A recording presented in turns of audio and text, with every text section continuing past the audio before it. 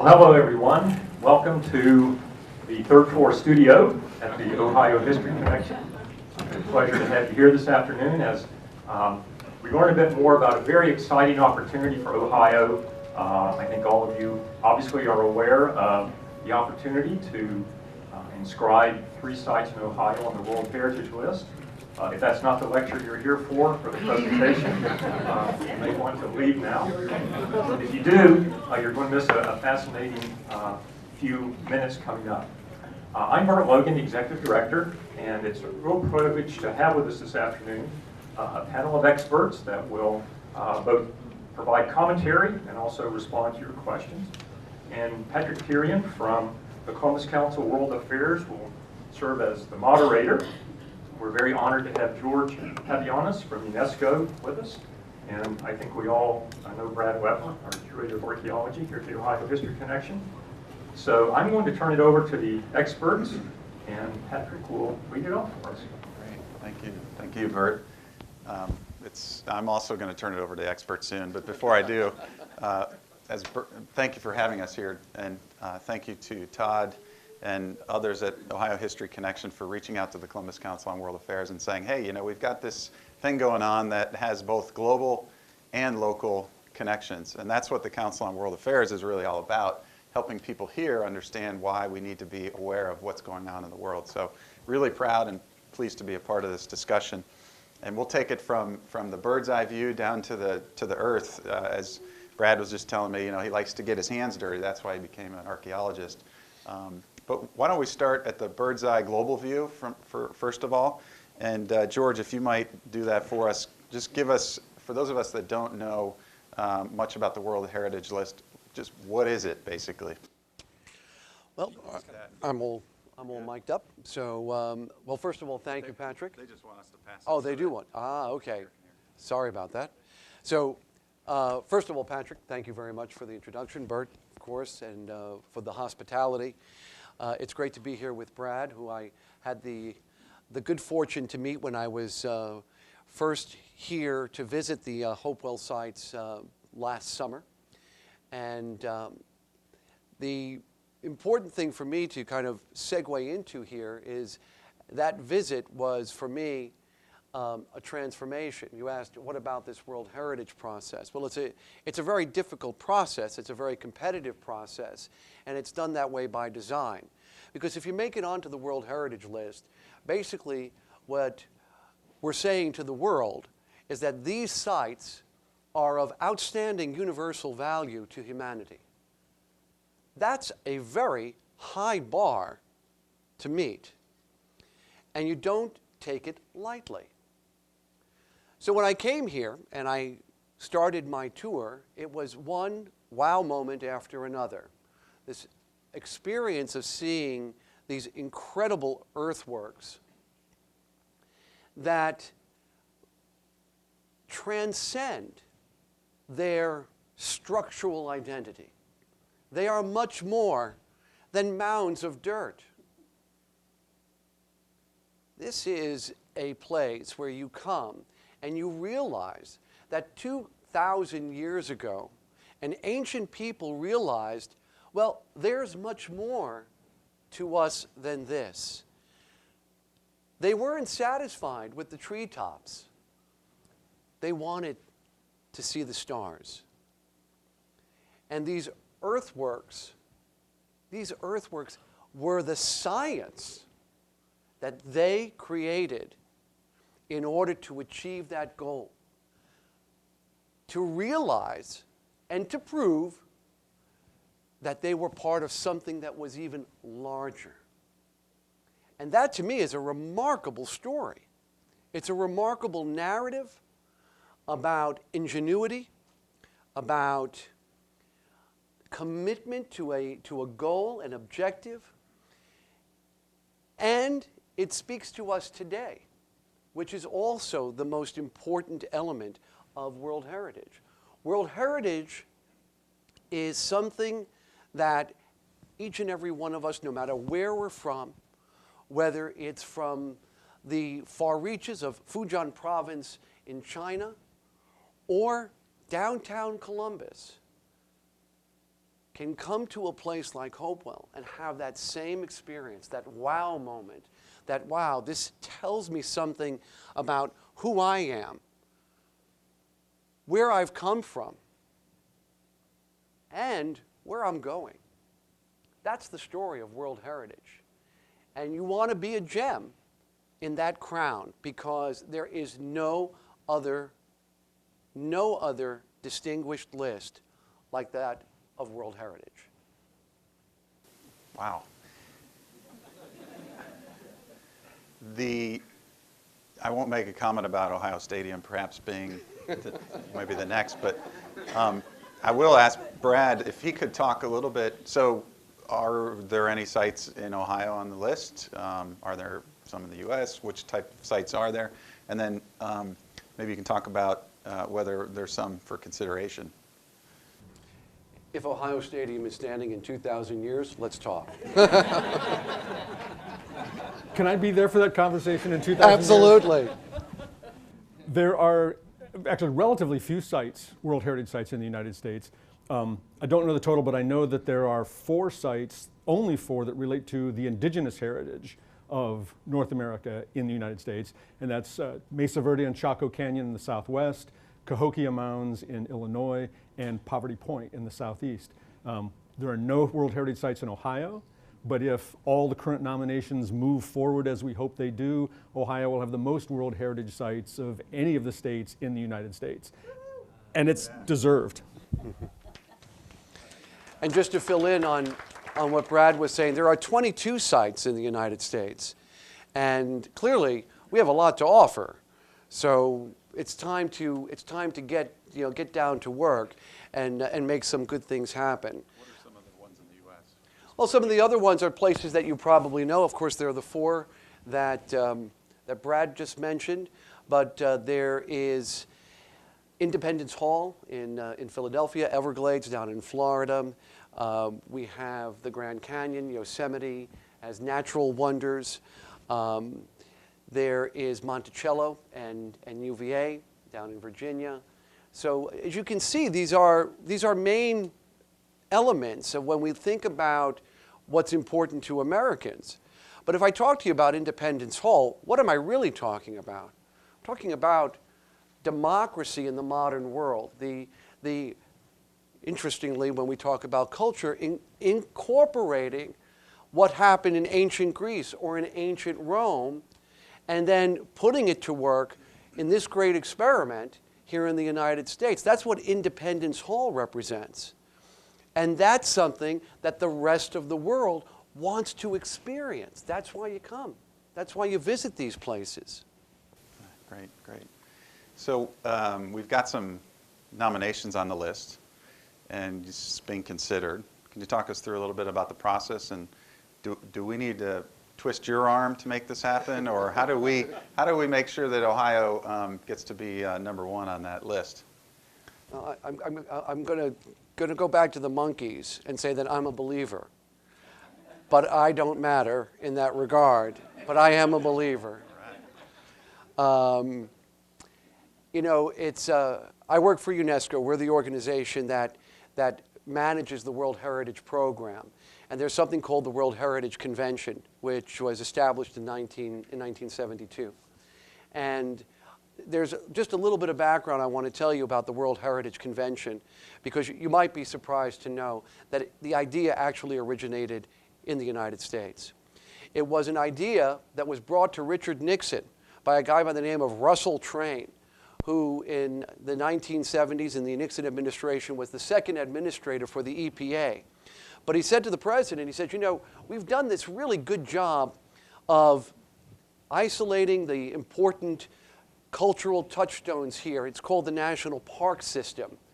And we have no Ministry of Culture, we have no Ministry of Antiquities, but yet we've been able to identify these places and protect them. But guess what? There's nothing like this for the rest of the world. And we're the new world. And we are the inheritors of all the things that came before. And all the people that have come from those places to make this country great How can we not protect what else is out there? We've got to get the world to rally around this idea. And that became World Heritage, that concept. And the world embraced it. The U.S. was the first signatory to the World Heritage Convention. How did we get there, right? What do we do? As I mentioned, by design, this is a difficult process, but you're already in it because you're on the tentative list. It all began here in Ohio with people who said, you know, we've got this really wonderful stuff that's important and that probably should be shared with the rest of the world. Let's test the waters. And there are criteria that you have to go through just to make the tentative list, which is managed internally by the U.S. government with the Department of the Interior, the National Park Service. Once you make the tentative list, then it's kind of a hurry up and wait situation. You sit there with, I think we've got 16 sites currently that are still on the list. And there are some very important ones. Frank Lloyd Wright sites have just moved now to be nominated for consideration in 2016. And so they're busy pulling together their application for World Heritage, which is a very, very precise document. This is where you get into the nuts and bolts, but you also get into the narrative, the story that resonates with the World Heritage Committee and hopefully with the rest of the world. That story that we were articulating just as we started this conversation.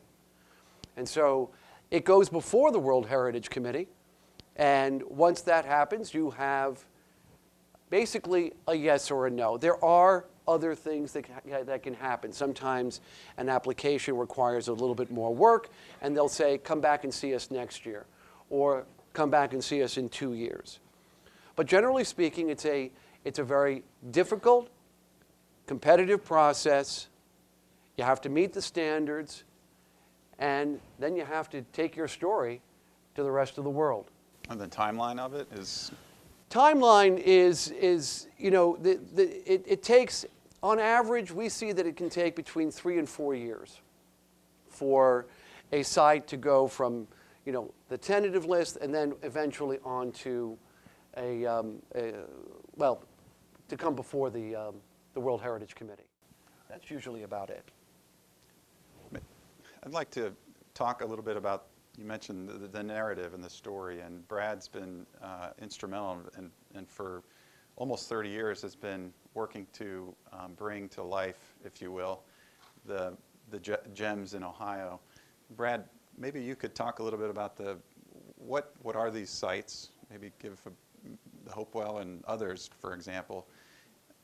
What were they created for? Why should we be amazed? And we have, let's see, we have 2 minutes per site.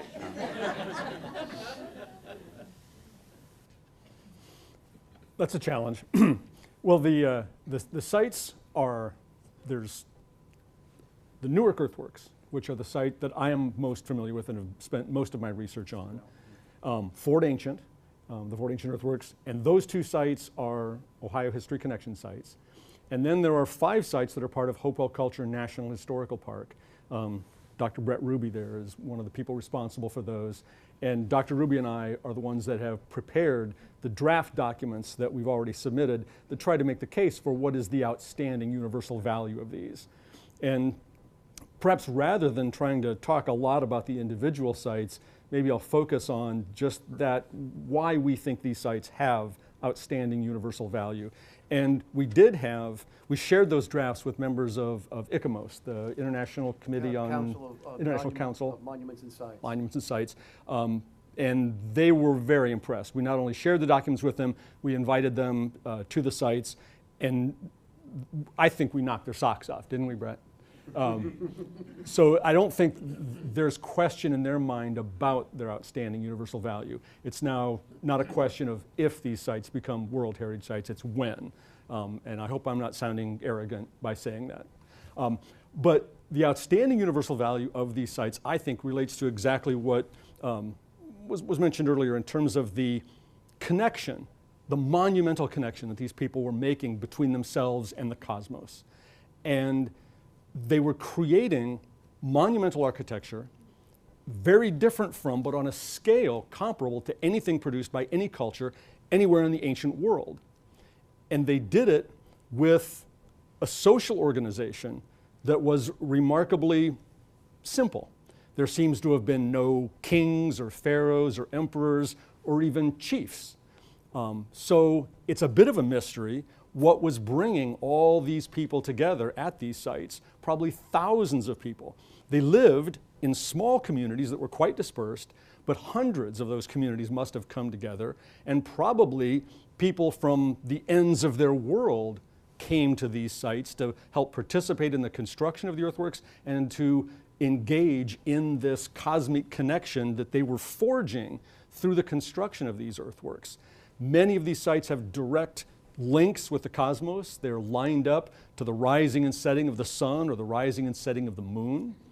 I'm not sure that they had a scientific view. I don't think these are lunar or solar observatories. Instead, I envision them more as gears that link with gears that they felt were in the cosmos, and by linking that, drew on that cosmic rhythm and machinery to change something in their own lives. So they're monumental in scale. They involve a mechanism for their creation that we don't quite understand. Monumental architecture is supposed to be one of the defining characteristics of complex civilizations, which involve urban societies and hierarchical society and a complete dependence on agriculture to sustain that division of labor. And the Hopewell did this without any of that, without any of those other characteristics of complex civilization. And it's a breathtaking mystery for, I think, archaeologists and anthropologists. And the character of the architecture is John Hancock, an architectural historian at the University of Cincinnati, describes it as uncanny because it's so vast and the geometry and secondarily the astronomy are so precise and perfect. It's hard when you're standing there to encompass all of that in your field of view. In fact, there are people, I tell this story often, living in Newark that don't even recognize them as earthen structures built by people. It's just like, oh, that's just a hill. Or they're just piles of dirt. But when you understand more about their structure, you become amazed. They're feats of artistic achievements, scientific in terms of the knowledge that's incorporated into them of geometry and astronomy, and feats of engineering that they've been sustained over thousands of years and are still visible to people and can still be experienced by people. I mean, all of these things, I think, play into their outstanding universal value, and they're just very special places to visit and experience. Wow. If I had him as my teacher in school, I would be an archaeologist. I mean, or you'd be unemployed.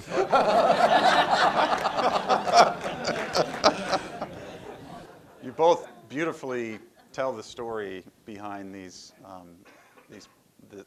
effort, and it helps me, who's not involved in it every day, really touch that mystery and fascination and amazement. And as I'm sitting here thinking, I'm thinking about my 9-year-old son. Who, we talk about connecting to things, and like this is how our next generation is connecting. And Kara and I over here were talking about Snapchat, which is, you take a picture and send it to someone and it disappears. So I wonder, maybe both of you could to respond to this question, which is around what may seem like a lack of interest in permanence, a desire for instantaneous response and then let it go kind of thing. Planned obsolescence in our culture, is that contributing to a lack of interest in maintaining history of this sort? And I know, George, you were in and are in the media industry too, so you may have a particular angle on this, and Brad, I'd be curious you as well.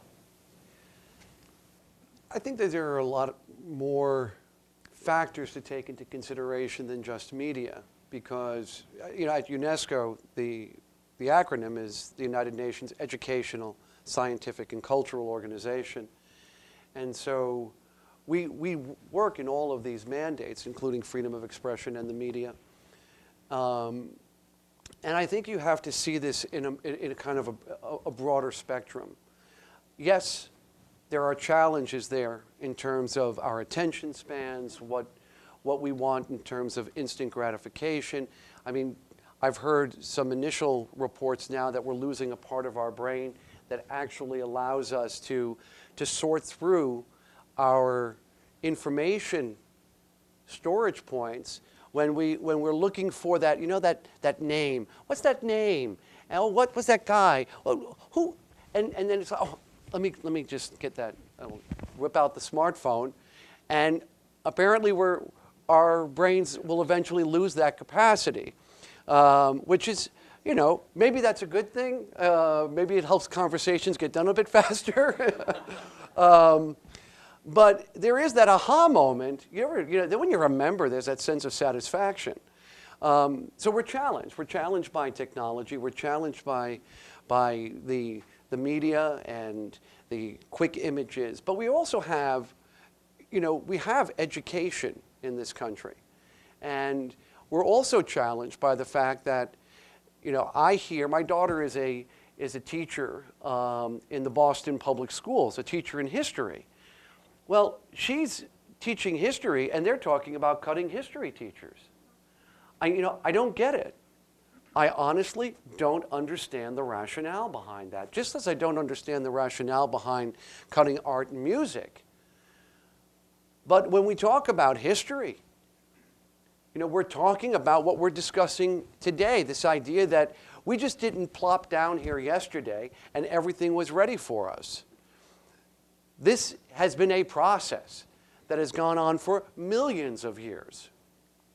When we were at the museum yesterday up in Cleveland, I didn't realize it, but one of the archaeologists who was working on the discovery of Lucy is from the Cleveland Museum.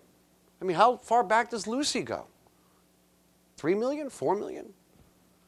So I think what we have to say to ourselves is that we need to be looking at all of the factors that bring us to a point where we're part of the bigger picture. You mentioned your son, 9 years old. I would say, you know, go and make these sites your sites. You know, I used to tell my uncle to take me up to the Parthenon in Athens when I was a kid. I was your son's age, because I wanted to play with the lizards and the ants. Okay? And it was part, you know, it was my playground. It was a good place to go and chase lizards. Now, back then, there were 2 guards on the top of the Acropolis. I mean, that was about it. If you went running willy-nilly, you'd literally run right off the edge. But I leapt from one thing to the other, climbed onto the temple, and that place is not unlike what Hatra must be to the Iraqis, or Palmyra to the Syrians and those communities. It's part of their community. They have picnic there. I used to go for picnics at the ancient theater near my family's hometown in Yanina. And then we would see a performance in the ancient theater during a classical theater festival.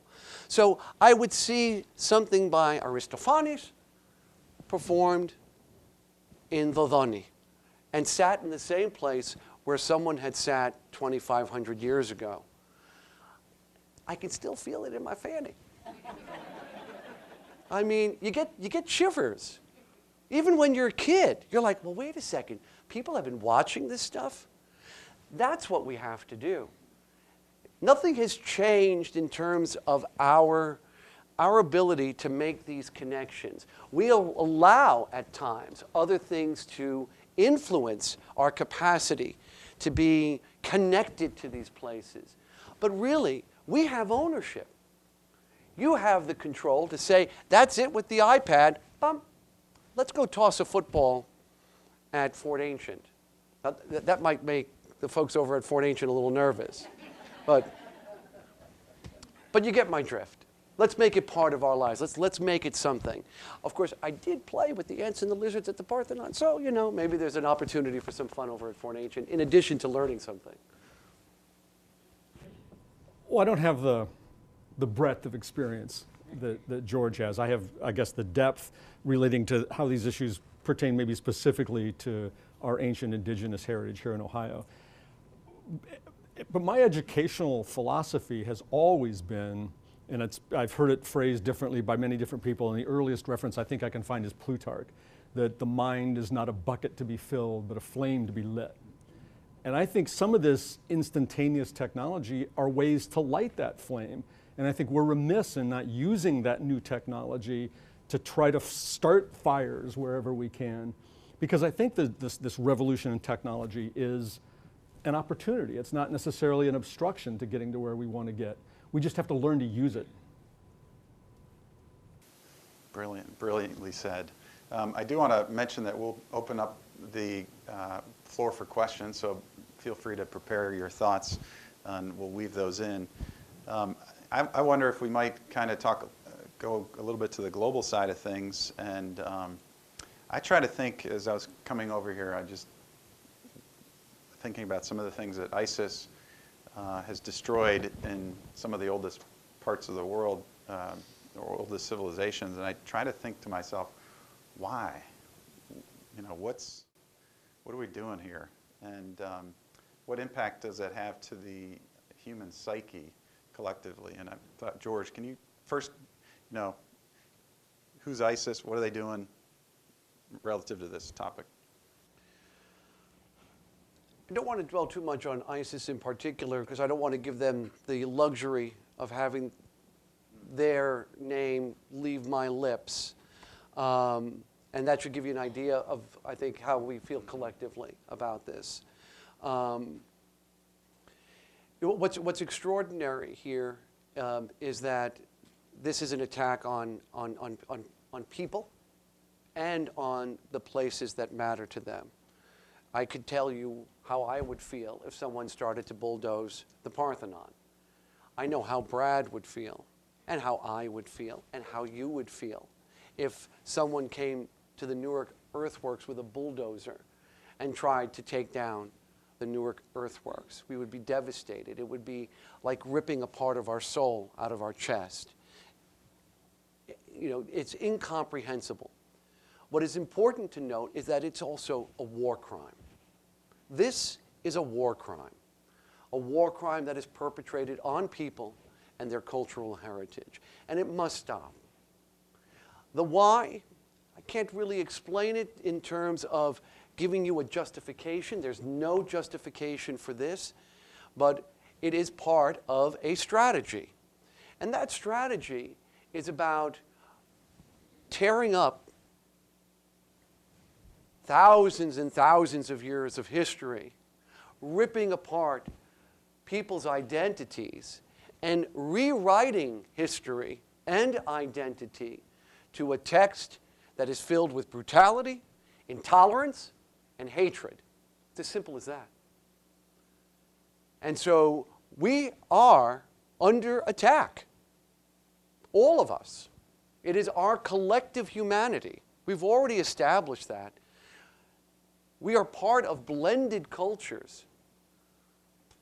The manifestation of civilizations, numerous and diverse, that have come before us. And we need these places, these sites, waypoints on the arc of history, places where we refer to kind of orient ourselves, as I said earlier, to kind of get a fixture on where we are and to understand where we are going. And so we're in a critical situation right now. There's no question, it's not going to stop. And when they're not done with something, they go back.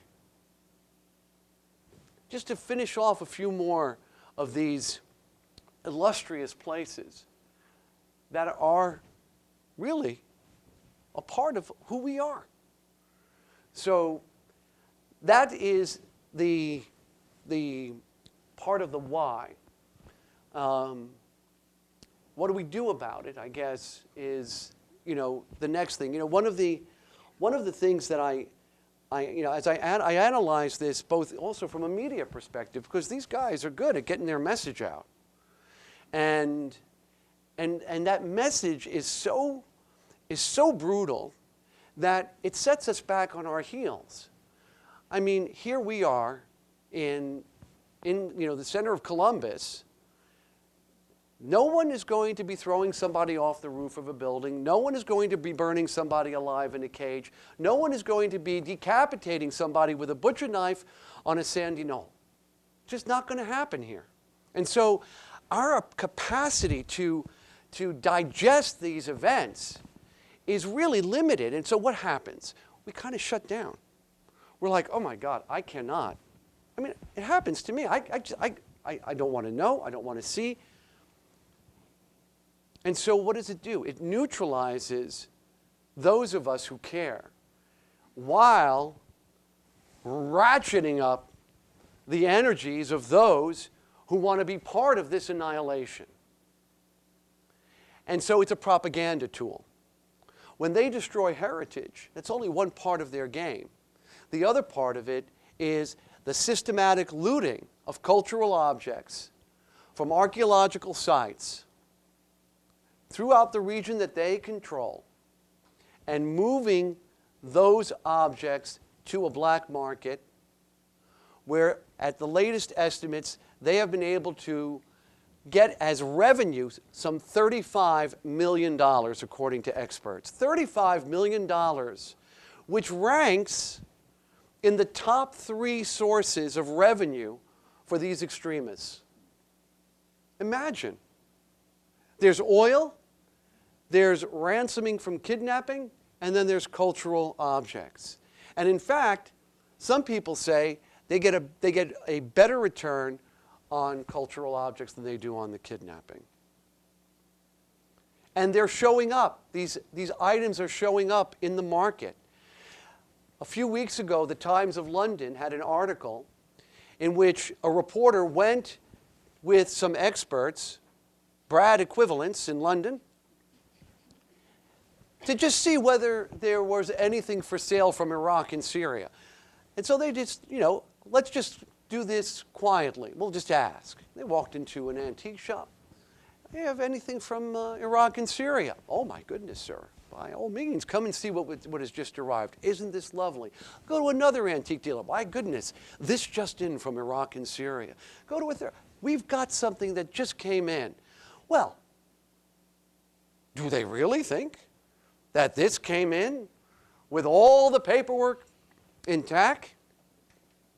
So it's making its way to market, and anybody who has bought this has sealed the fate of innocent people back in Iraq and Syria. You are culpable. You are an accessory after the fact. And so there has to be not only outrage, but there must be action.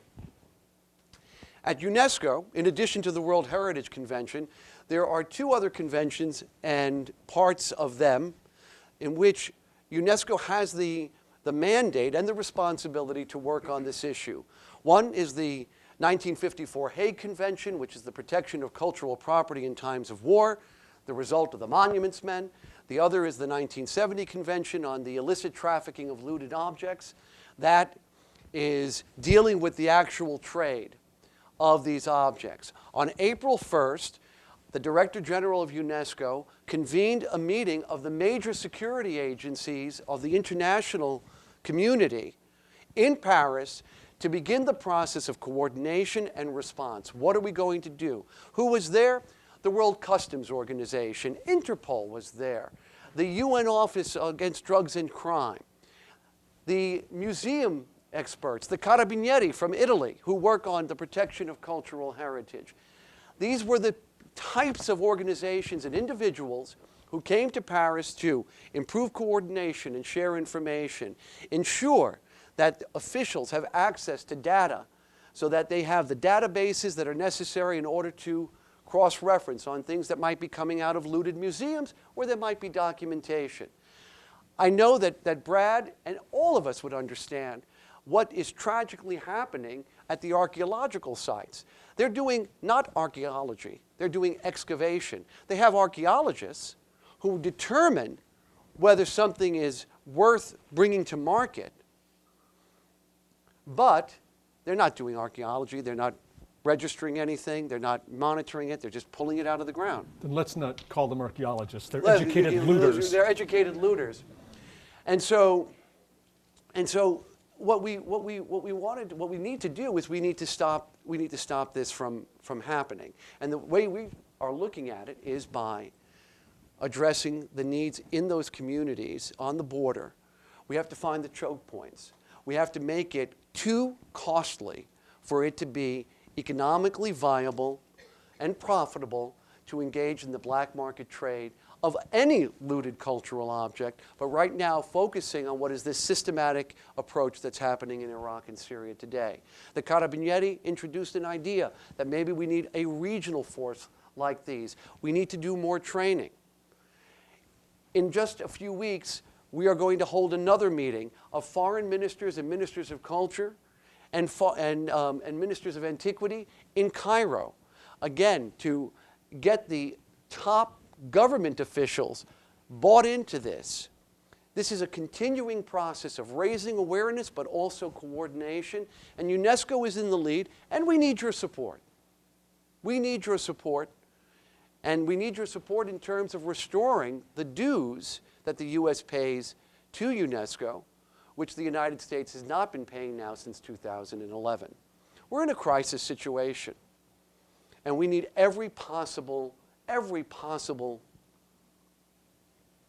arrow in our quiver in order to stop this tragedy from continuing. And, you know, I'm here as an international civil servant, but I'm also an American. And I've seen Americans die at the hands of these extremists. And I don't care if it's 35 cents that they get from the illicit trafficking of cultural objects. We should stop it, and we should do everything in our power to ensure that they are starved for money. And that's how we're going to bring them to their knees. We have to stop the terrorist financing. Wow. Thank you. Let's open up for questions. Yes, sir. Here, I'll bring the mic so we can. I have a two-pronged cause and effect question that has to do with a couple of different, I would say almost intangible objects that are compromising a lot of these projects moving forward. First of all would be the paradox known as the U.S. Congress and their blatant refusal or ignorance in ignoring their responsibility to authorize funding to assist in moving some of these projects forward. That's an almost an immovable object, as you know. The second part of this has to do with the Mound Builders Country Club. And I guess I'll cut to the chase. How much is the presence of the Mound Builders Country Club going to have on the designation for the Newark site? And what do we need to do other than a stick of dynamite to move the U.S. Congress forward?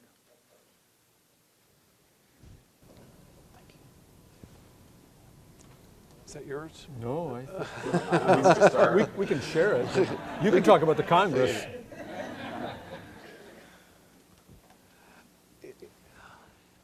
There are certainly challenges that are out there in terms of getting members of Congress to understand the value of what exists here in this country and what we need to do in order to change it, and also to deal with the issue of terrorist financing, which one would think would be a priority of the U.S. Congress, since our global effort to fight terrorism is one of our priorities.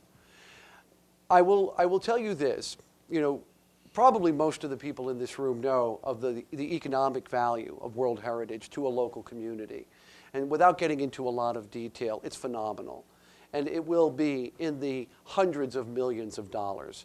You look at studies that have been done in in San Antonio. Ohio has initiated its own study. And the data that comes in really shows that it's transformational. That's a local issue. That's about jobs. And if you need an accurate example, just take a look at Cahokia Mounds. Inscribed in 1984, 30,000 visitors a year. Today, 300 to 400,000 visitors a year. If that doesn't change what a community can do, then nothing will. That's an amazing contribution to a local, sustainable economy.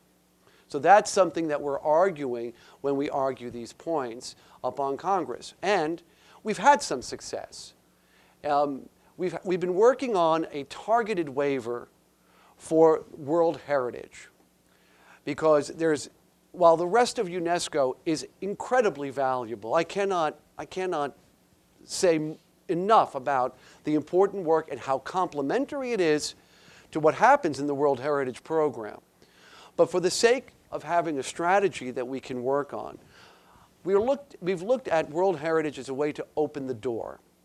And there is a procedure, a mechanism in which a contribution, restoring the contribution to World Heritage is the mechanism.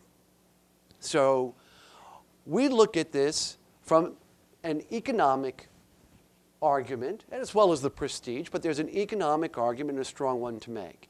Twice, we have successfully moved waiver language. This is what is necessary, a waiver of an existing law that went back to the 90s that essentially said that the U.S. had no choice but to cut its funding. This was not a political decision like what Ronald Reagan did in the 1980s. This was something that the law said had to happen. But the law is in a foreign affairs authorization bill, which normally allows for the president to have a waiver, a national interest or national security waiver, for reasons that I can't explain. For this particular directive, it didn't exist. So for the time being, what we need to do is get that waiver language. As I said, twice, 2 consecutive years, we were successful in the Senate with the leadership of Senator Mary Landrieu, who's no longer in the Senate. She, of course, was inspired to do this because of Poverty Point. And she had even committed to me personally that even after, in fact, at the inscription ceremony of Poverty Point, she said to me, I'm going to continue to fight for this for all Americans, for all communities that have World Heritage. This is something that we have to deal with. So that's one strategic way. Now, sadly, she did not win re-election. I say that because she was a champion for something that I think was worthwhile. And she committed staff time and her own time to support Poverty Point, to support the nomination, and to support legislation that would have helped everybody in this room, everybody in this state. So we're continuing that part of the effort. That's what we're trying to do. And that's where you come in. Because we have to get the political leadership of this state. And let's be honest with each other. You've got some heavy hitters here. I mean, the Speaker of the House is from Ohio. He's got a dog in this fight. And these sites are not just only for, the benefits are not just only in the local community. They have a ripple effect that will be felt all across Ohio. So it's time to start raising your voices to say, we need to get this targeted waiver for World Heritage, and we need it now. And essentially, everything else is just a distraction. Because the admission of Palestine changed nothing in terms of the negotiations between Israel and Palestine. That's a fact. These sites are where history meets economic development. Now think about that. Because of what these sites potentially can do for the local economies. I'm not a voter in Ohio, but please, you know, take that message to your congressmen and your senators. Well, and if I can speak to the issue of the Mound Builders Country Club at the Octagon, we're well aware that it's a hurdle to get over for World Heritage. And if we weren't already aware of it, when the experts from ICOMOS came to evaluate the sites, they pointed out that what a precedent this would be for other sites in the world. If this site goes through with a golf course on it, then why not put a golf course at the Parthenon, you know, and make a little extra money that way? So yes, it would be a bad example for the world, and we understand that. And we're in negotiations with the country club. Many in the leadership understand how, you know, the economic gain that will be had with World Heritage inscription. And I think there's going to be movement on that. I'm very confident that there will be. And I don't think, you know, it has to happen tomorrow. I think to move forward, I think we just have to have a plan that everyone's agreed to with dates, and I think that's going to happen. Other questions? Yes, sir. This goes back to the question of what's been going on in the Middle East and your response to it. If a site is granted World Heritage status, does it bring any additional, for lack of a better word, protection than it might have had previously? Certainly it gives it higher visibility. Does it bring any more protection, legal or otherwise? Related to that, if a property, by whatever means, man-made or natural disasters, is destroyed, what happens to it? Does it remain, whatever's left of it, as a World Heritage site?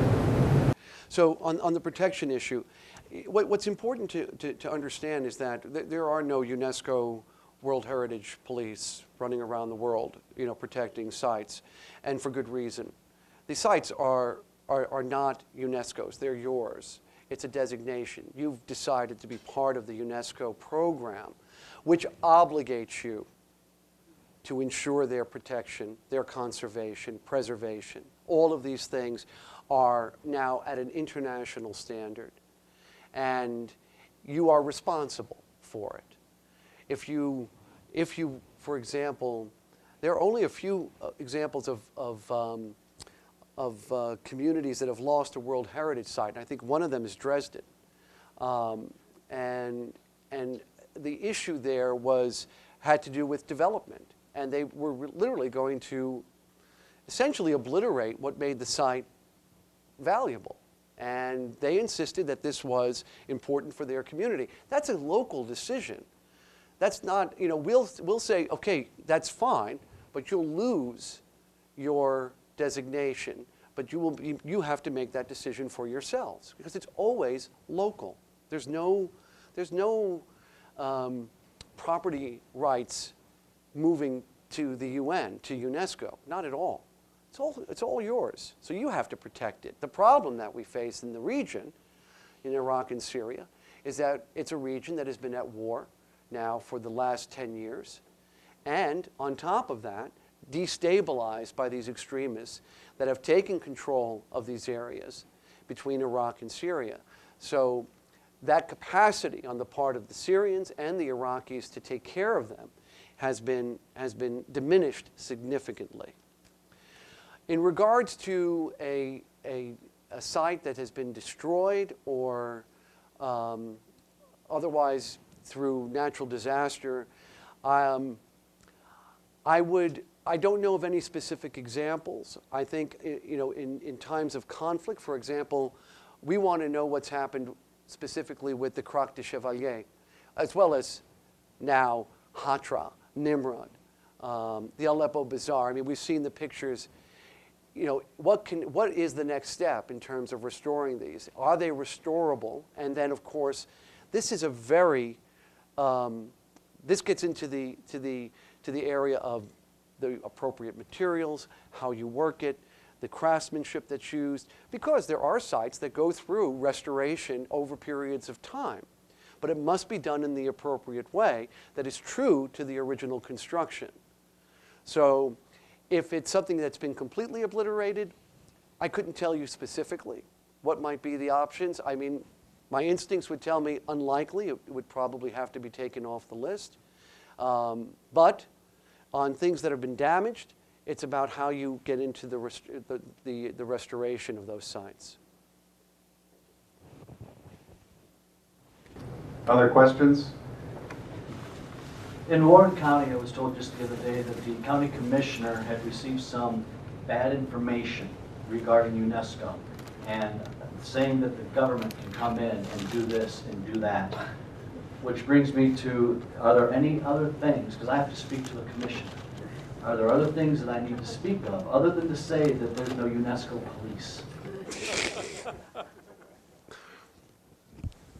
It's a good question. No, we had a situation down in San Antonio, where there were a number of issues that were raised about. In fact, one blogger in San Antonio said that the Texas flag was going to come down from the Alamo and the UN flag was going to go up, and I had to laugh, but also kind of like, oh my God, this is the kind of stuff that can really spin out of control. I want to, I guess, re-emphasize what I said. This never leaves local control, whether that local control is done through the National Park Service or is done through the Ohio History Connection, through the state, or whatever. They never leave local control. What you are agreeing to is that there are a set of standards that you will continue to adhere to ensure that this property will always meet that bar of outstanding value. That's the most important bar, I think. Outstanding, universal value. So, it doesn't exist. The reach of UNESCO is not one that is intrusive. Everybody knows up front what the responsibilities are. It's basically, it's like joining any organization. There are certain bylaws. You make that choice, but you control the process. Again, to allude to what Brad said, if you're going to put a highway through it, yeah, you're going to lose it. I'm sorry. It's just, but that's okay if that's what the community wants. It's unfortunate, I think, in terms of what it means to the rest of the world. But if that's where you are, then that's a local decision. So I think the thing to emphasize is that whatever control is there is still there. That hasn't changed. But the standards are about protecting something that you've already been protecting. Embracing it, taking care of it, nurturing it, and by all means, remind them, leveraging it to help to develop the economy in the community in ways that will be transformational. That's an important argument to make. Did you want to add to that? No, I just really think that as we're developing management plans for these sites, updating current management plans to align with World Heritage qualifications, we're just upping our game. We're doing what we've always wanted to do anyway, and this is giving us an excuse to do it. We're not sort of being forced to do anything we don't want to do. This is all stuff that's like the ideal way we'd always want to do it anyway, and this is just giving us the incentive to do that. And the economic benefits, I think, are going to give the communities the incentive to buy into the plans. Great. Let's take the last question. Anyone in here? Yes, sir? I'll just do this real quick and laugh. George, last night I believe you referenced in response to a question you got from the site in Illinois, that question being, what countries or from what countries do visitors come to UNESCO sites? I found your answer last evening fascinating. I think the rest of the folks might as well. I'll go ahead and repeat the question for the audience and also for the video recording. From which countries do visitors come who visit UNESCO sites? It was actually a question that came to me from the Convention and Visitors Bureau of San Antonio, which is interesting. The Spanish missions of San Antonio will come up for consideration this June. They contacted me back in January. So they're already on the It's the when, not the if. And they're preparing. Now, the visitors come from all over the world because World Heritage travel is destination travel. However, there are some countries that seem to take this a bit more seriously. And there are 3 that are at the top of the list: China, Korea, and Japan. So for World Heritage destination travel, they tend to be in the lead. But it's on the bucket list for people. I mean, I don't know if some of you, I may have told the story about Poverty Point, which was inscribed last June. Poverty Point is now in the process of building, doing all of their planning, et cetera, now that they have had the inscription. But a friend of mine in Washington asked me one day, "What is this Poverty Point?" I said, "Well, it's the newest World Heritage Site in the United States." I said, "Why are you asking?" He says, "Well, neighbors of mine heard about it, and they took a trip to Louisiana because they wanted to get there before it got too crowded." So, people hear about these things. There's always a bump right afterwards. It's what you do with it that translates into sustainable growth for the foreseeable future. Ladies and gentlemen, please join me in thanking George Papagiannis and Brad Dufford.